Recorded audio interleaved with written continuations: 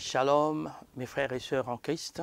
Ce message est vraiment adressé à tous ceux qui pratiquent la foi en Jésus-Christ. Nous sommes en train de préparer un événement extraordinaire, une fête, la plus importante fête spirituelle que nous appelons communément la Pâque. Et j'aimerais m'appuyer sur la parole de Dieu pour vous inciter à prendre au sérieux et à bien préparer la Pâque. Dans le livre de Hébreux au chapitre 11, le verset 28 nous dit « C'est par la foi qu'il fit la Pâque et l'aspersion du sang, afin que l'exterminateur ne touchât pas au premier-né des Israélites. » L'aspect qui est important pour moi, c'est que la Pâque doit être célébrée, doit être préparée, doit être fêtée avec la foi. C'est la foi qui doit nous stimuler.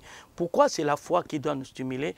Parce que la foi nous permet à entrer en possession aux valeurs de la Pâque. Vous savez, nous fêtons souvent la Pâque de manière traditionnelle, comme une coutume religieuse. Mais en réalité, non, c'est un rendez-vous, bien aimé, historique, qui a des effets maintenant et dans le futur. Pourquoi je parle de l'historique? Parce qu'on dit Christ, notre Pâque, a été immolé. Donc c'est un passé. Mais ce passé a une répercussion au présent et impacte aussi notre futur.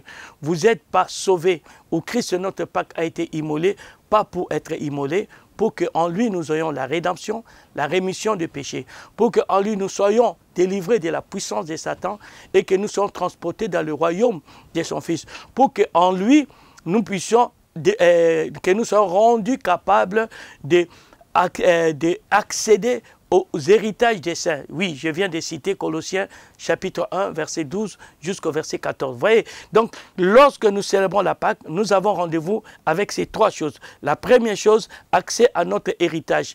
Dieu nous rend capable par la Pâque d'avoir accès à la terre promise ou à notre héritage. Deuxième réalité, Dieu nous délivre de l'influence de l'Égypte, du pouvoir satanique et diabolique pour que nous puissions jouir, bien-aimés, des conditions agréables du royaume de Dieu. Et en troisième, en lui, nous avons la rédemption et la rémission des péchés. C'est-à-dire Dieu nous a rachetés de la malédiction et il a effacé nos péchés pour que nous n'ayons plus à nous culpabiliser. C'est pourquoi chaque année, chaque période de Pâques, nous devons travailler notre foi pour déjà savoir qui nous sommes en Christ, quelle est notre position en Christ, quels sont nos avoirs en Christ, et nous puissions dire au diable, nous aurons toutes ces choses par la grâce. Voilà ce que je pouvais vous communiquer comme grâce.